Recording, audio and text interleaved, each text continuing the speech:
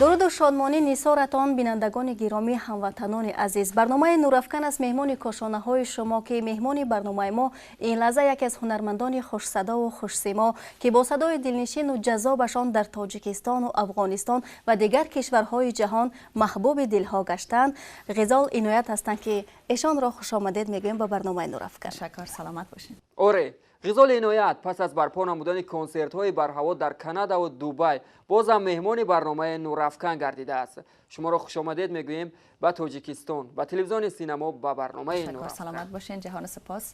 اول سلام تقدیم میکنم خدمت مجریای بسیار مجرب و با استعداد برنامه نورافکن.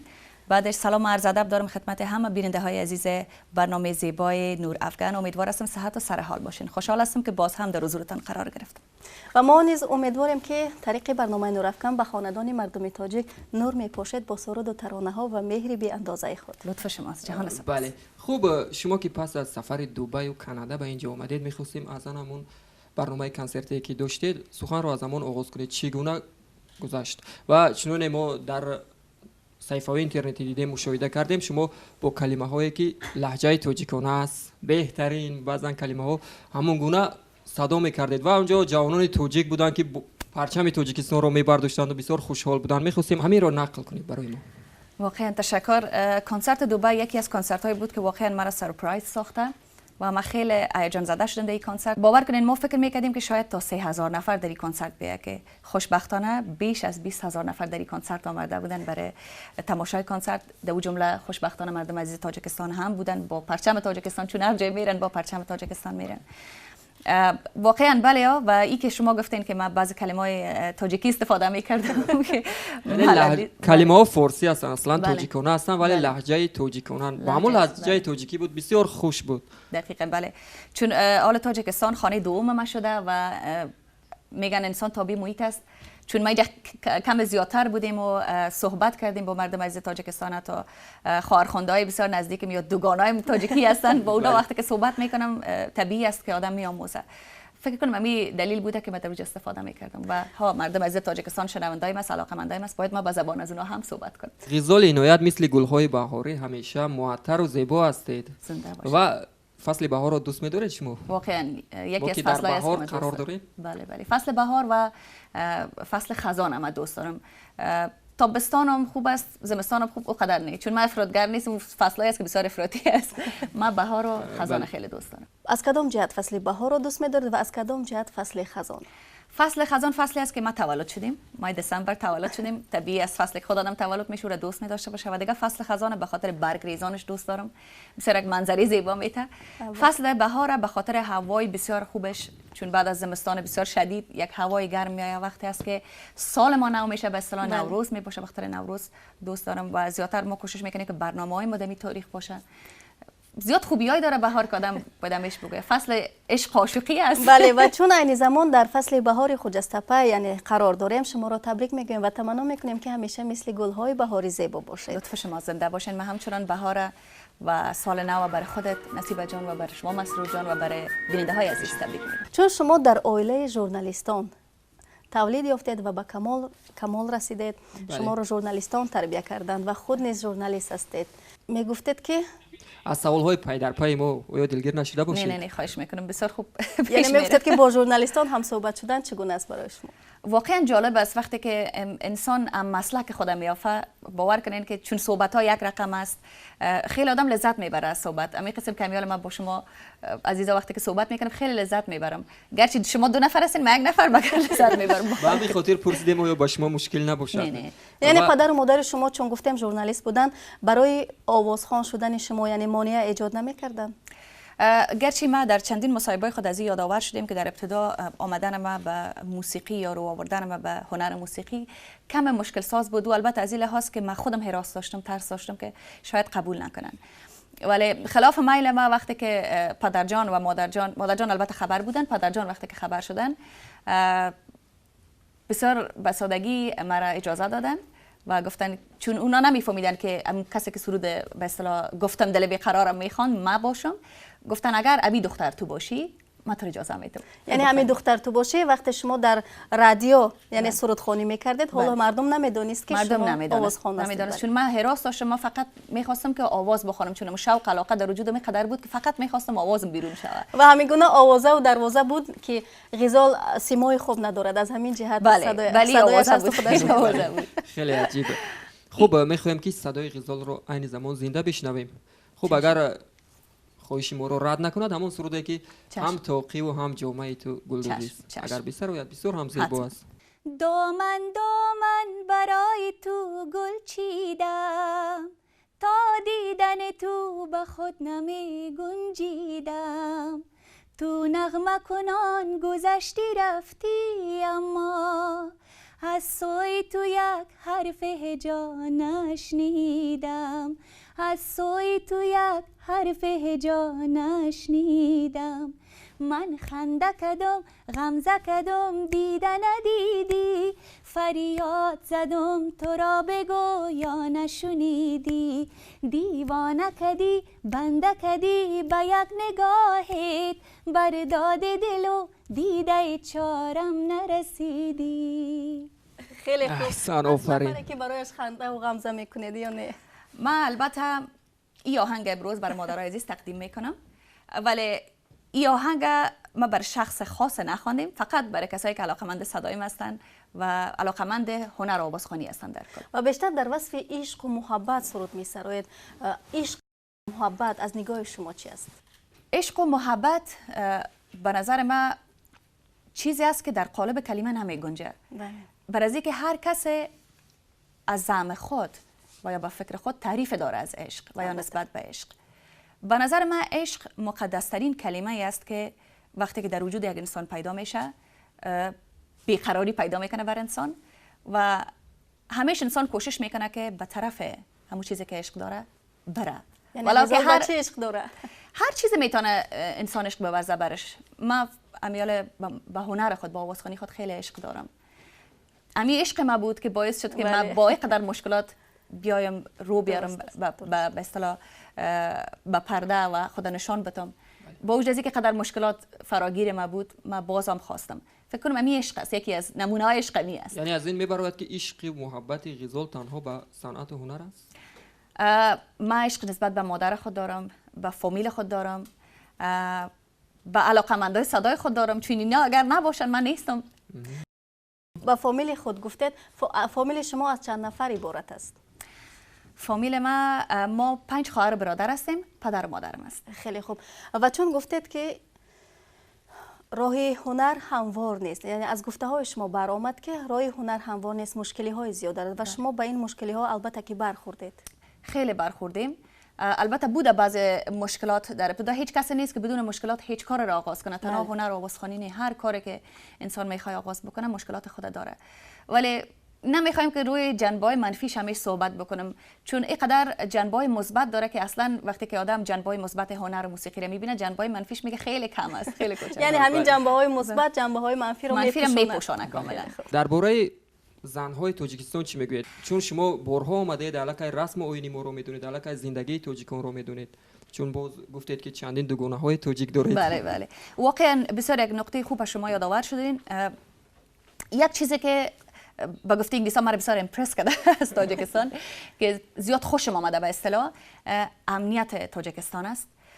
گوش شیطان کرد داخل تاجیکستان تا او حد امنیت است که ما تا دیدیم 2 بجه شب و 2 بجه شب دختر خانم‌ها بدون از اینکه کدام مرد همراهشون باشه بیرون میبرن آزادانه بدون کدام ترس. این قسم امنیت در کشورهای اروپایی نیست، باور کنین. 2 بجه شب یا 2 بجه شب یک دختر خانم تنها اگر از خانه خود بیرون برایه هراس حس میکنه. داخل تاجیکستان این حس به من رخ نداده واقعا. و ما از دوگانای خودم که وقت پرسیدیم اونا هم همیشه میگن که مثلا 2 بجه شب 2 بجه شب پیش من میگم تنها آمدی، میگم مشکل نیست، میگن هیچ گپ نیست. تشکر میگیم از حکومت جمهوری تاجیکستان البته و از اساسگزار صلح و وحدت ملی پیشوای ملت که این همه آبادی و آزادی به شرافت اون کس هستند و خصوصا خلق تاجیک نیز خود آبادکار است. من دعا میکنم که همیشه آرام و صلح سراسری در مملکت باشه و مملکت عزیز ما هم آرام شود. بله. خیلی خوب. بله بینندگان عزیز و ارجمند، برنامه نورافکن ادامه دارد و یادآور می‌شویم که این نوبت مهمان برنامه ما هستند سراینده بسیار هم زیبا و خوش صدا که با صدای خود نه تنها در تاجیکستان و افغانستان بلکه در سراسر دنیا معلوم و مشهور گردیدند. این هم غزال عنایت. شما را بار دیگر خوش آمدید میگویم به تاجیکستان، به تلویزیون سینما. خیلی خوب. غزال میگفتید که برای هنرمند خوب شدن و به دل بیننده جای گرفتن باید چی کار کرد و یعنی که سیما مهم است، صدا مهم است یا اینکه مبلغ؟ پول بسیار البته. ما فکر میکنم خلوص نیت. بله. وقتی که آدم میخواد یک هنرمند مردمی باشه، در قلب مردم جا داشته باشه، باید خلوص نیت داشته باشه. خلوص نیت چی معنی؟ چیزی را بخوانی که از دلت بخیزه. بله. وقتی که از دل خیز به دل میشینه. البته. من فکر میکنم صدا حتمی است، خیلی مهم است که باید صدا داشته باشم، چون جزء مهم است صدا داشته باشی، شعر خوب انتخاب کنی، کامپوز خوب انتخاب کنی. خب چهره و دیگه چیزا میشه.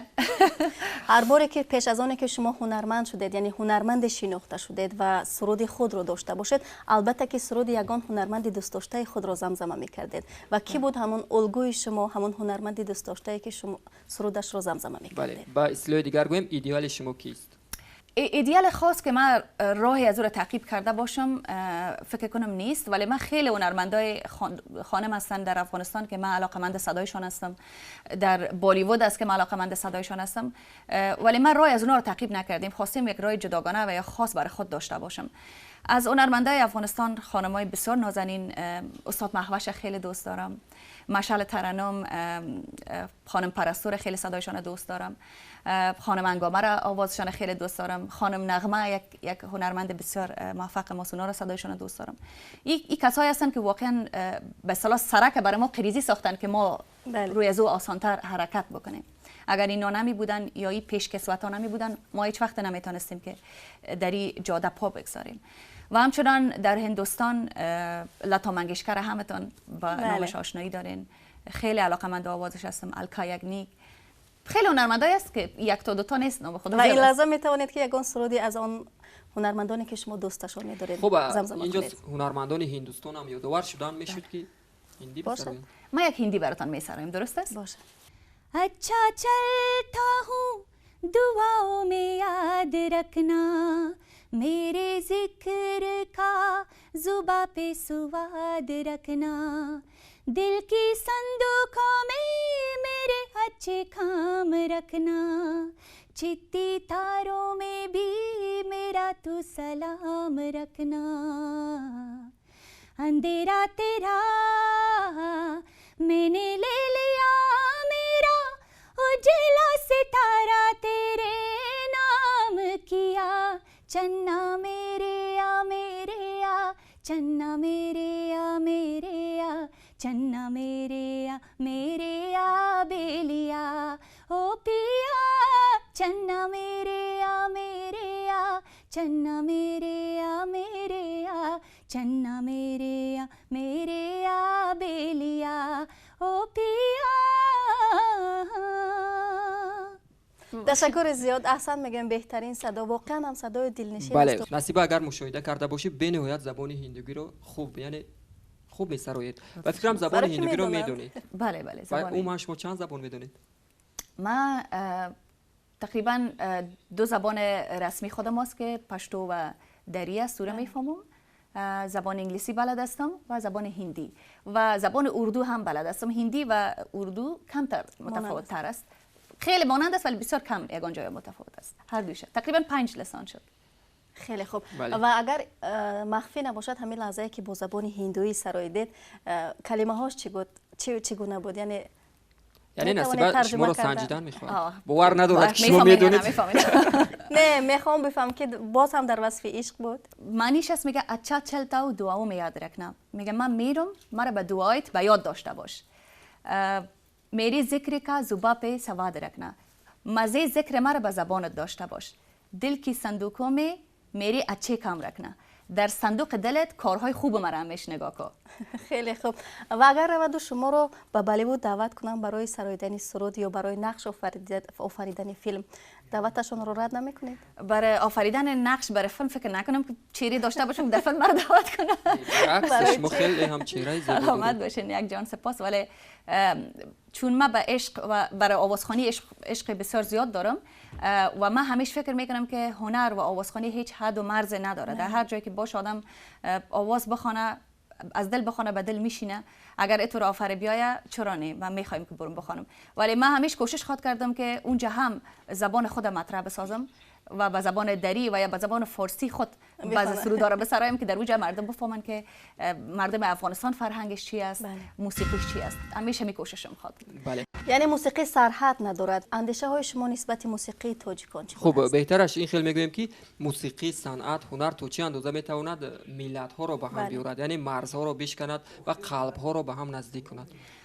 واقعا نمونهش ما دیدیم پارسال یا تقریبا 4 سال بود فکر کنم برای اجرای کنسرت ما برای کنسرت نوروزی آمده بودم که کنسرت داشتیم، شما شاهدش هستین. بله. خیلی فکر میکنم که اثر میگذاره. موسیقی یگانه چیزی است که بیشتر از همه چیز حد و مرز از بین میبره و مردم نزدیک میسازه. با وجود از اینکه ما و شما یک مردم هستیم، یک کلچر داریم، هم زبان هستیم، اصلا حد و مرز وجود نداره بین ما، ولی باز هم چون با گفتن دو مملکت هستیم. بله. وقتی که موسیقی در بین می آید و بالخصوص هنرمندان و آوازخوانای افغانستان و تاجیکستان کارهای مشترک هنری می داشته باشن، فکر کنم دیگه مرز وجود نمی داشته باشه و قلب ها خیلی با هم نزدیک میشه. بهترین البته بله. درست است. و شما بارها آمدید به تاجیکستان، علاقه رسم و آیین ها رو میدونید، یعنی هم رسم و آیین تاجیکان و هم رسم و آیین افغانستان رو، و چون شما گفتید در جشن نوروزی نیز اشتراک کردید، چی عمومیت و تفاوت ها است بین رسم و آیین ما و بین رسم و آیین افغان ها؟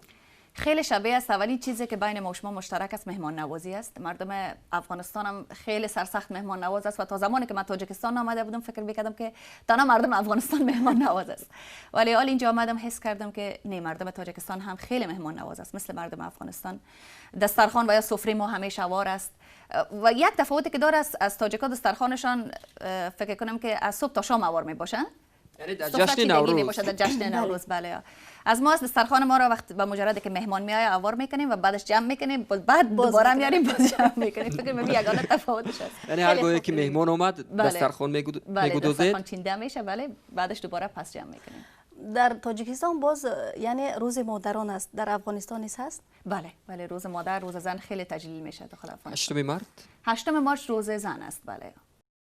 اینجا عمومیت و تفاوت‌های جشن نوروز رو گفتیم. اما در مجموع کدام عمومیت و تفاوت بین رسم و آیین ما تاجیکان و افغان ها هست؟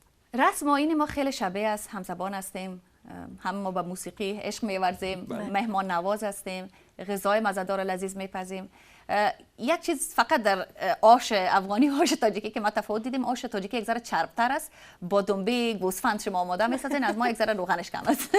خب دیگه همون مزه و همه چیز. شما آش تاجیکی نیز به فکر می‌پزید؟ آش تاجیکی را می‌خوایم که یاد بگیریم از دوگانه. فکر کنم اونقدر فرق نداشته باشه پختنش، ولی آش افغانی را بلد هستم. بازم یادآور می‌شویم که این نوبت مهمانی برنامه ما هستم به نهایت یک بانوی زیبا غزال عنایت که به فکرم این نوبت برای همیشگی به تاجیکستان میآیند. خب شما در این باره فکر نکردید؟ انشالله. ما در اینترویو قبلی هم گفتم که تاجیکستان خانه دوم شده برای من. فکر کنم که ما آمدیم دیگه هر موقع میبینین یک دو بار اینجا هستم، یک بار کانادا هستم، زیادتر اینجا می باشم. انشالله نصیب باشه، چرا نه؟ کشوری است که اصلا احساس بیگانگی نمیکنم در اینجا و از همه بهتر و خوبتری که نزدیک به کشور عزیز خودم از افغانستان هر وقت خواسته باشم به بسیار آسانی میتونم برم اونجا. حالا هر دویش به من یکی است. بله هر وقتی خواستید بیاید ما نیز شما رو انتظاریم. خب دفعه گذشته که مهمانی برنامه نورافکن شده بودید همراه استاد امیرجان صبوری. خب آنجا سر موضوع یک سرود مشترک حرف رفته بودن، همون سرود چی شد؟ یعنی سرود مشترکی که با سرایندگان تاجیک و افغان. واقعا خوب به یادتان است، هنوز یادتان نرفته. بسیار خوب. شفیق قیام یک پیشنهاد بسیار زیبا داشت، گفت که یک سرود بخوانیم که 4 دختر افغانستان باشه، 4 دختر تاجیکستان، اینا با هم بخوانن، همیشون یک مطلب داشته باشن، مطلب در مورد حیات زن، ولی یک چیز بسیار عاشقانه باشه که همه پذیر باشن، که هم مردم رو قبول کنن. ما هم در پیشنهادشان قبول کردیم، این سرود میسازیم در آینده های نه چندان دور نه چندان نزدیک میشه. روی از این سرود استاد محترم کار کردن. فکر کنم سرود تا یک حد آماده شده، یک 70%ش دیگه ما آماده هستم، اما آوازخوانای دیگه هم در جستجویش هستن که کیا خواد بود. شما به زودی شاهدش خواد بودین. یک آهنگ بسیار زیبا و بسیار به اصطلاح آهنگ مقبول است که آماده ساختن استاد. آهنگایشان البته همش زیباست. ای هم خیلی زحمت کشیدن بالای از آهنگ و ان شاء الله شما به زودی خواهید دیدین. زیادتر نمیخوایم حرف بزنم روش به خاطر اینکه سرپرایز خراب میشه. و این لازم میتونید یک کم زمزمه کنید یا نه؟ سرودی را که من فعلا زمزمه میکنم، البته او سرودی که یک جا است از حافظای افغان و تاجک، او را نمیکنم بخاطر که سرپرایز میباشه. یک سرود دیگه است که ساخته های استاد صبوری است، برای ماهره جان طاهری ساخته بودن و متن سرود است میلش. اگر اجازه شما باشه و اجازه بیننده عزیز باشه زمزمه کنم.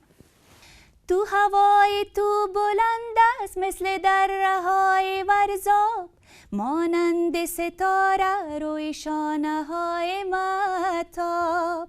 منمان همیشه عاشق مانده در دام دقایق، به دنبال محبت مثل اول مثل سابق.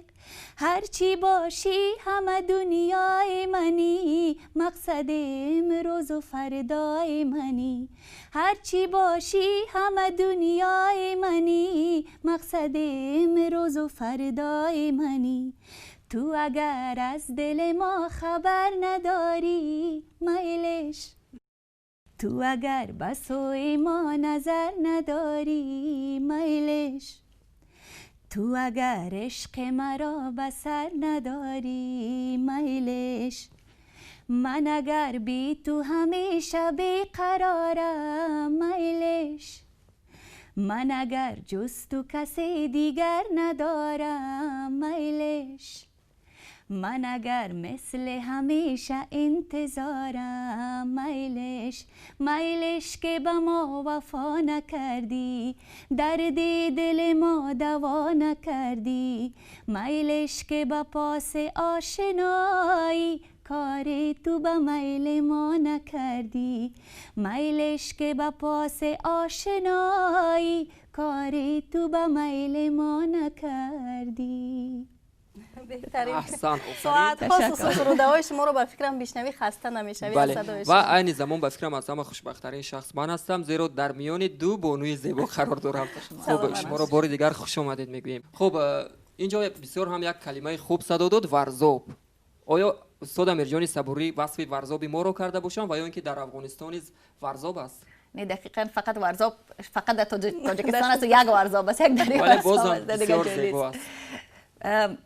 استاد صبوری وصف دره ورزاب تاجیکستان کرده و تا جایی که من خبر دارم از دوستان از آهنگ، صبوری صاحب قرار بوده که برای ماهره جان طاهری آهنگ آماده بسازن، یک آهنگ آماده بسازن. اینا با یکی از دوستا طرف ورزاب روان می باشن و میپرسن که همین دره چی نام داره. دوستشان که در پهلوشان است میگه این دره ورزاب نام داره. بعدش پرسان میکنه کسی میگه خب فکر کنم کلمه میلش داخل تاجیکستان خیلی زیاد استفاده میشه. بله میلش بله. بعد دوستایی که اونجا هستن یا اوقات میخوان چیزی میگه که میلش. بعد صبوری پرسان میکنه که میلش چی معنا داره؟ معنی میلش هم میگه. دوباره از طرف ورزاب کیسو میآید، صبوری صاحب شعر آماده میکنه برای دوست خود میگه که اینا سرود میلش یا سرود ماهره جان طاهری آماده شد. همون است که سرود میلش آماده. یعنی همین گونه است واقعه و همین گونه ایجاد شده انامی. ببینید زیبایی دره ورزاب، زیبایی تاجیکستان رو که با یک دیدن استاد توانستن یک شعر خیلی هم مصرع‌های خوب رو ایجاد نمایند که به فکرم این سرود مقبول گشته است. بله دقیق باشین. و کدام لحظه هست که از زمان کودکی هر گاهی به یاد میآورید سخت میخندید و یا برعکس غمگین میگردید؟ یک لحظه فراموش نشدنی است برای شما. من بگویم چگونه خردسال بودید، چگونه کودک بودید؟ بله. من باور کنین خودم هم کم و بیش به یادم میآید، ولی از هر کسی که میپرسم، کسایی که نزدیک است اقارب هستن، بعد کودکی چه قسم بودم میگن توبه. یعنی دنیای کودکی شما خیلی شوخ بودیم. بله. حتی توبه میکنن. دوران کودکی ما خیلی شوخ بودیم و خیلی سخت افتادیم، خیلی سخت مریض شدیم و خیلی سخت جزا دادیم هر کس. یک کودک کاملا بسیار شوخ بودیم و همون دوره که کودکی بود شوخ بودید، همون شوخی دوره کودکی تو به امروز هست یگان ذره؟ نه ای کاش می بود، ای کاش قدر انرژی تا حال می بود. مقصد این است که می توانید این لحظه برای بیننده، برای مخلصان خود یگان لطیفه بگویید. ما یک بار نمیفهم کودکستان شما چی میگن، جایی که آدم کودک باشه پیش از بله کودکستان بودم. کدام خانم میآید طفل خودم میگیره از کودکستان. خب کسایی که اونجا کارکن هستن و قدر البته توجه صحیح نداشتن و ما هم خیلی شوخ بودیم، اونا رو بیخی اصلا اعصابشون خراب کرده بودیم، به ما توجه نمیکردن. این خانم با طفلکش میبرايه و ما هم از پشت از این میبرایم بدون از اینکه اینا به اصطلاح متوجه شون که یک طفل دیگه برآمد از پشت از این. فکر میکنن امروز این خانم ما برآمدیم، ما طفل از این هستم. وقتی که مادر جانم میآید بعد از کار که مر از کودکستان بگیره، میآید میبینه که من نیستم. خانمی که کارکن است از اون پرسان میکنه، میگه امروز نامده، هیچ اصلا نوردی این کودک؟ میگه از برای خودم آوردم، این اسمش نوشته است، کورتیش ماندگی است در جایی که به اصطلاح کودبند است، چطور نوردی؟ بعد شنیدن زمین میگه کلگی وار خطا میشن و همه سراسیمه میشن، مرا میپالن. من میرم در روی خیابان ها و سرک ها، تصادفاً یک شخصی که اصلا کودک نداره، یک خانم شوهر اصلا کودک نداره، مرا پیدا میکنن میبرن خانهشان. خانهشان میبره و ساعت ها ما اونجا میشینم و اوقات میخورم و برای من کارتونی پلی میکنن. باز امی مردی که از پرسان میکنه از من که تو طفل کی هستی، نام چی است؟ فقط نام خدا برش میگم و دیگه میگم من دختر مادرم هستم، فقط این نام مادر من نمیگیره. خب این خانم شوهر بالاخره تصمیم میگیرن که میخواد من طفل کس هست پریشان هستن، بیا که ببری میره به پدر مادرش. من میگن که میخوای بری پیش پدر مادرت؟ میگم نه من نمیخوام پیش پدر مادر، همینجا سامان بازی زیاد است، همینجا میباشه. خیلی هم عجیب. خب هنگامی که کودک بودید در افغانستان زندگی میکردید، شما چی آرزوها داشتید که میخواستید به همون آرزوهاتون برسید و کدامش عملی گردید؟ شاید آرزو داشتید به تاجیکستان بیایید، شاید در خواب میدیدید این لحظه ها رو. واقعا در دوران کودکی نه، بلکه من کم نوجوان که شده بودم زیاد علاقمند بودم که کشور عزیز تاجیکستان بیایم که خوشبختانه به آرزوی خود رسیدم. ولی در دوران کودکی خیلی شوخ بودم و کدام آرزوی خاص نداشتم که برآورده شود، چون یک ذره که آدم طفلک شوخ باشه هم آرزوهای آدم برآورده میشه. پدر و مادر مجبور میشن که به خاطر هم شوخیش استاپ کنن، هم آرزوهایش برآورده کنن. من خیلی خوشبخت هستم که پدر و مادر داشتیم که همیشه به من توجه داشتن و هر آرزویی که داشتیم برآورده کردن. ولی کمتر آیسته که نوجوان شدم احساس علاقه به هنر پیدا کردم. گاهی فکر میکردم که آیا روز خواهد شد که من آوازخوان شوم، روی پرده ظاهر شوم، علاقمند داشته باشم. باز پس خودم تسلیت میدم که نه، اصلا در خانواده ما کسی هنرمند نیست، هیچ وقت نمیتونی که شوی. و شما فرزند چندم هستید در عائله؟ من فرزند ارشد کلان. فرزند کلانی هستید و آن برادر و خواهرانی که هستند امروز با چی کارها مشغول هستند؟ یعنی مکتب میخوانند، کارگر هستند؟ همشان زیادتر در درس خود مشغول هستند، کار هم میکنن ولی درس هم میخوانند. زیادتر در درس مشغول هستند. دشوار نیست فرزند کلانی خانه بودن؟ فایده های خودم داره، نقص خودم داره. فایده به این داره که پدر و مادر طفل اول خود خیلی برای علاوه که دوست دارن، دوست البته هم اولادار آدم داره، ولی طفل ارشد دیگر است، نمونه است برای خیلی اعتماد دارن بالایش. حرفایش خیلی براشان مهم است، در تصمیم گیری های زندگی ازش نظر گرفته میشه. من به این حساب خیلی خود خوشبخت احساس میکنم. دیگه خواهر و برادرای ما خیلی دوست داره پدر و مادر، بلو اولاد دوست هستن خیلی. و باز یک سوال پیشتر میخواستم دادن که کدام نمود، یعنی کدام ژانر موسیقی تاجیک به شما پسند است؟ موسیقی رو من در کل دوست دارم، چی پاپ باشه، چی کلاسیک باشه، چی غزل باشه، چی فولکلور باشه. ولی فولکلور من هم در تاجیکستان فولکلورش دوست دارم و هم در داخل افغانستان، چون خیلی شبیه است. گاهی وقتی که فولکلور دو مملکت هم میشنویم اصلا حس نمیکنی که از کدام مملکت است. فولکلور آیا از تاجیکستان است یا از افغانستان است، ریشه ما یکی است. برای همین من موسیقی فولکلور خیلی میپسندم. و در آینده نیت نیست که یگان موسیقی فولکلور، یگان سرودی فولکلوری بسرایید؟ حتما، چرا نه، ان شاء الله. ما شاید حاضر بسرایید. ان شاء الله در آینده ها ما تصمیم میگیریم که یک آهنگ فولکلور هم آماده بکنیم، چون علاقه‌مندای زیاد داره. امیدوارم که در یگان جشن نوروز شما در تاجیکستان سرودی فولکلوری میسرایید. ان شاء الله. میخواستم فکر و اندیشه شما رو نسبت لباس ملی تاجیکان بدونم، البته لباس بانوان، چون که نصیبه به بر کرده است، این زمان خیلی هم زیباست و راضی شما می‌دیدن. نیز شما نیز به بر بکوید، خیلی هم به شما میزیبد. تشکر، لطف شماست. اگر شما به یاد داشته باشین من در جشن استقلال تاجیکستان 2 آهنگ خوشبختانه اجرا کردم در اونجا و خوشبختانه لباس ملی تاجیکستان به تن داشتم و از همه خوبی دیگه چی که همبستگی تاجیکستان و افغانستان نشان میده که تقریبا بیش از 400 دختر خانم تاجیک لباسای افغانی به تن داشتن و این یک رنگ بودن ما را نشان میده که ما در خوشی‌های مردم تاجیکستان شریک هستیم و مردم تاجیکستان در خوشی‌های ما شریک هستن. من خیلی دوست دارم لباس ملی تاجیکستان و خیلی واقعا زیبا است و ناگفتن ما نمو لباس هم که من وطن کرده بودم تحفه بود از طرف یکی از دوستای تاجیک ما در اینجا که من سپاسگزاری میکنم. چه اندیشه دارید هر یک هنرمند باید لباس ملی وطن خود را به جهانیان معرفی کند یا نه؟ خیلی یک کار نیک است چون ما و شما خیلی کلچر قوی داریم. لباسای ما خیلی زیبا است، برای معرفی کردنش همیشه باید کوشش بکنیم که در هر جای تا حد توان از لباس ملی خود استفاده بکنیم. خیلی خوب. خب بدون نصیب از زندگی هنرمندان همیشه واقعه‌های عجیب و غریب زیاد دارد. خب مخلصان عجیب زیاد دارن، از همه مخلص عجیب ترین تو یاد دارید؟ سپاس فراوان، تشکر.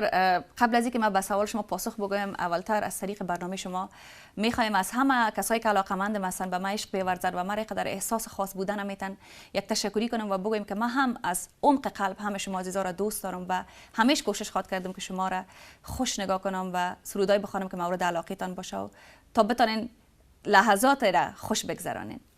ما کارهای عجیب و غریب زیاد رخ داده با من. یکی از او که خیلی مرا امپرس ساخت می بود که در کنسرت کانادا، البته یکی از کنسرتایم، یکی از علاقمندا یا برادرای ما آمد پولی مستاد شد و گفت که ما غزال جان برات یک سرود جور کردیم. امی ثانیه که داخل به اصطلاح تالار هستم خودت هنرنمایی میکردیم، ما برات یک رپ ساختیم.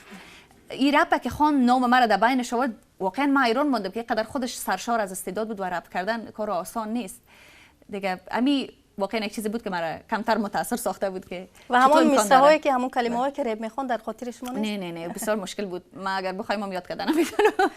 و باز یک چیز دیگر، هر یک هنرمند برای که محبوب و مشهور شود گفتیم باید که کوشش های زیاد کند و برای کنسرت دادن بسیاری از هنرمندان هستند که سالهای زیاد هنرمند هستند ولی کنسرت خود را تشکیل کرده نمیتوانند و شما باری اول وقتی در تاجیکستان کنسرت خود را گذاشتید ترس و هراس نبود که حالا هم آنقدر مردم تاجیک شما را نمیشناسند و رود و کنسرت شما با کنسرت شما مردم نآید؟ هراس نبود؟ آغاز فعالیت شما در تاجیکستان چگونه بود؟ واقعا اولین سرودی که شما در تاجیکستان سر دید اون رو نیز قصه کنید یک بار. چشم چرا نه. خب بسیار یک سوال خوب. قبل از اینکه سوال شما رو پاسخ بدم اول میخوایم بگویم که کسی که یا کمپانی که باعث شده که ما داخل تاجیکستان بیایم قیام انترتینمنت است. اگر همکاری از اون وجود نمی داشت مثلا امروز تاجیکستان نمی بودم و مردم عزیز تاجیکستان مرا نمیشناختن. اینا باعث شدن که ما با هنرمند تاجیک به اصطلاح آهنگ دوگانه بخوانم و آهنگ جان من اولین آهنگی بود که به اصطلاح ما داخل تاجیکستان اولین کار هنری ما بود. کنسرت ها طبیعی است، هر آوازخوان یا هر هنرمندی که اول در یک جای پا میگذاره این ترس هراس در وجودش همیشه می باشه که گویا مرا کسی نمیشناسه، کنسرت ما یا میایه کسی یا نمیایه. ولی سرپرایز به این شدم که مردم عزیز تاجیکستان خیلی مردم سند دوست هستن و همیشه تشویق میکنن. همین باعث شد که محبت من خیلی زیاد شده و هر باری که من به کشورهای دور و بغل یک سفر می داشته باشم، سفر هنری می باشه، برای انجام بعض کارهای خود همینجا میایم و باور کنین که تقریبا مرکز کارهای هنری من همینجا است. کمپوز آهنگ از همینجا گرفته میشه، شعرهایش از همینجا ساخته میشه، استودیویی که آواز ثبت میکنم داخل تاجیکستان است. کلیپایم بیشتر اگر شما متوجه شده باشین داخل تاجیکستان است و قسمت‌های شهر تاجیکستان نشان میدم، دوشنبه زیادتر دیگه. بازم فقط خلاصه میتونم بکنم که به من خانه دوم شده تاجیکستان. شما هم در تاجیکستان، هم در افغانستان، در لندن، در کانادا فعالیت دارید. به اندیشه شما از همه مخلصانتون بیشتر در کجاست؟ مخلصان به خدا سنجیدنش خیلی مشکل است که بگویی در کجا است. چون میشود که چگونه گرم استقبال میگیرن. به خدا هر جای ما در تاجیکستان عزیزم خیلی گرم استقبال شدیم، باور کنین. داخل کانادا که کنسرت داشتیم خیلی گرم از طرف مردم عزیز خودم و مردم تاجیکستان خیلی گرم تشویق شدیم. دیگه کنسرت هایی که به طرف یوروپ بوده اوجا هم تشویق شدیم. عزیزا هر جایی که فارسی زبان بوده و ما به فارسی برشان خواندیم ما را تشویق کردن، فرق نمیکنه و خیلی مشکل است ما بگیم در کجاست زیادتر علاقه با یک سخن میگفتید که در تمام دنیا هر جایی که فارسی زبان بلدیت دارن و با موسیقی عشق میورزن فکر میکنم که تشویق میکنن و علاقه‌مند است. و اگر امکانیت می داشتید همون سرود تازه، اگر یگان سرود تازه ایجاد کرده خود رو به مردم یعنی به بیننده خود سورپرایز کرده این لحظه می سرایدید خیلی خوب میشه. چشم. گذشته از کنار دل روی روی بگو به من که می روی کجا کجا درون خانه دیگر مشین شب به وصل عاشقت برا گذشته از کنار دل روی روی بگو به من که می روی کجا کجا درون خانه دیگر مشین شب به وصل عاشقت برا غم تو می خورد دلم جدا جدا دو چشم بنده در رهت بیا منم اسیر و بندت بله بلای جان من تویی بلا منم اسیر و بندت بله بلای جان من تویی بلا غزال میگفتید که در انتخاب متن و آهنگ یعنی به شما یگان کس کمک میرساند یا خود شما انتخاب میکنید و همکاری های شما با آهنگسازان یعنی شاعران افغان است با کیا هستند؟ متن هایی که شما انتخاب میکنید خیلی هم به مورد هستند به معنی هستند و بله. خوش صدا میدهند. جان سپاس. باز هم در این اواخر زیادتر کارهای ما یا کامپوزای ما اگر بگویم مشخص از آقای دوران گرفتیم، کارهای از اونا بوده و شعرها را هم اونا از شاعرای بسیار خاص و خوب انتخاب میکنن کلمه‌ای که است. و یک چیز دیگر میگویند که آینه یعنی آینه دوست بهترین غزال است. تو غزال 24 ساعت سروده های خود را فقط گوش میکند. آیا همین درست است یا نه؟ یک گپ بسیار خوب گفتین. باور میکنین من نمیفهم شاید همه قسم باشن. ما یگان بار از صدای خودم خوشم میآید. اکثر اوقات نه، چون من نمیفهم خود انسان چه قسم است. بعضا اگر صورتم بگیرین متوجه اگر باشین خیلی میگی که نه اینجا خوب نامده، باید از این خوبتر بگیرم. همین قسم دو آوازخوانی هم است. کوشش میکنه انسان که دگام خوبتر بخونه، دگام مثلا صدای بهتر بکشه و ما فکر میکنیم که باعث موفقیت آدم میشه. اگر انسان از خود قانع شد، هر وقت که قانع شدی دیگر نمیتونی به مرحله بالا برسی، چون اون وقت مغرور میشی میگه همه خوبی‌ها در وجود من است. و آینه رو دوستی خود میشماره دوستی بهترین؟ آینه رو همه دخترها دوست دارن فکر کنم. یعنی تنها آینه است که دروغ گفتن نمیتونه. درست میگه.